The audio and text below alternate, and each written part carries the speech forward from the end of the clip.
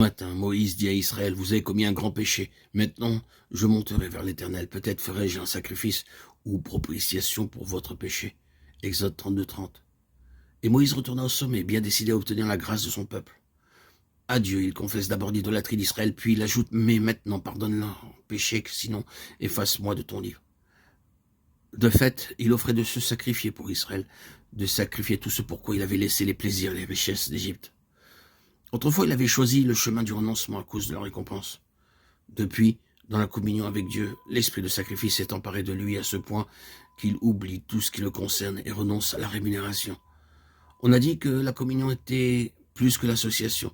C'est comme une fusion d'esprit et de cœur telle que les mots ne sont plus nécessaires car les deux sont un. On ne peut comprendre les paroles de Moïse que si l'on a reçu l'esprit de Christ qui est à leur source, car elle manifeste une abdication totale de soi que peu d'entre nous connaissent.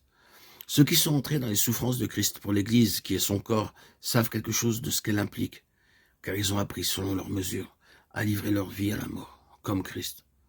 Non que leur souffrance ait aucune vertu d'expiation, mais elles accomplissent la loi de sacrifice pour les autres. En toute révérence, méconnaissant le cœur de Dieu que nous a révélé le Seigneur Jésus-Christ, nous pensons que l'Éternel fut profondément ému en entendant le plaidoyer de son serviteur, car déjà, l'agneau immolé, avant la fondation du monde, s'était offert au Père, afin de faire la propitiation pour le péché. Dieu avait déjà révélé son plan à Moïse et la signification du sacrifice pour le péché, lequel annonçait celui du Fils de Dieu, pour qui qu'il enseigna à Israël. Mais lorsqu'il donna à son serviteur des directives pour l'autel d'airain, ainsi que pour les sacrifices qui devaient y être immolés, Moïse comprit certainement mieux qu'il ne l'avait encore fait.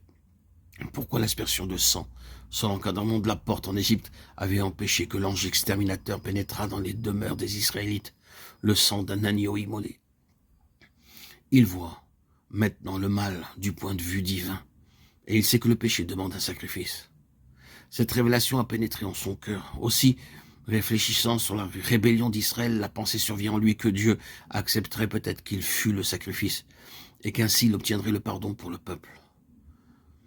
De toute façon, il s'identifia avec les Israélites, préférant souffrir avec eux que d'être sauvés sans eux. Certes, il ne se doutait pas alors qu'il devenait l'un des prototypes du Fils de Dieu, lequel, manifesté dans la chair, devait s'identifier avec les pécheurs et devenir péché à leur place, lui qui ne connaissait point le péché, afin que nous devinssions justice de Dieu en lui. 2 Corinthiens 5:21. Animé par l'Esprit de Dieu, Moïse voit maintenant les Israélites comme Dieu les voit, et il est ému pour eux d'une indicible compassion. Il ne peut plus voir le monde comme il le voyait autrefois. Eh bien, qu'il haïsse le péché et la compassion des pécheurs.